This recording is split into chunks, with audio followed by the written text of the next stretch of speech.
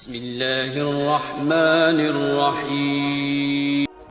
حضرت علی رضی اللہ تعالیٰ عنہ فرماتے ہیں، اگر کوئی کمزور شخص تمہاری بے عزتی کرے تو اسے بخش دو، کیونکہ بہادروں کا کام معاف کر دینا ہے اور معاف کرنے والا اللہ کو بہت پسند ہے۔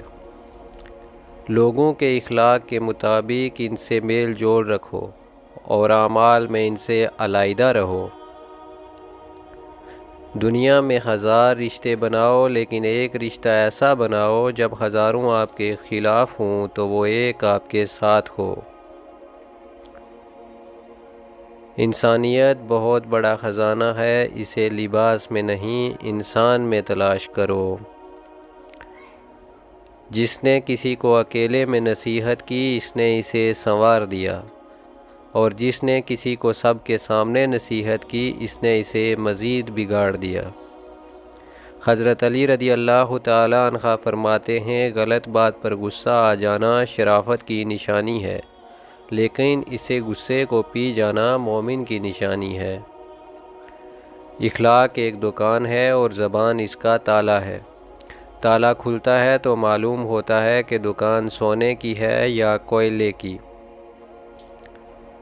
جاہل کے سامنے عقل کی بات مت کرو، کیونکہ پہلے وہ بحث کرے گا اور پھر اپنی خار دیکھ کر دشمن بن جائے گا۔ حضرت علی رضی اللہ تعالیٰ عنہ نے فرمایا، اپنا سر اونچا رکھو کہ تم کسی سے نہیں ڈرتے، لیکن اپنی نگاہیں نیچے رکھو تاکہ پتہ چلے تم ایک باعزت گھرانے سے تعلق رکھتے ہو۔ مشکل وقت آ جائے تو کسی کا احسان مت لو، کیونکہ مشکل وقت 4 دن کا اور احسان زندگی بھر کا ہوتا ہے۔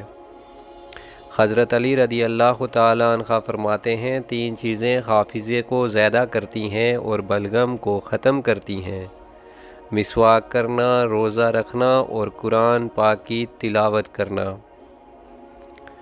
اگر تم اس وقت مسکرا سکتے ہو جب تم پوری طرح ٹوٹ چکے ہو، تو یقین جانو دنیا میں تمہیں کبھی کوئی نہیں توڑ سکتا۔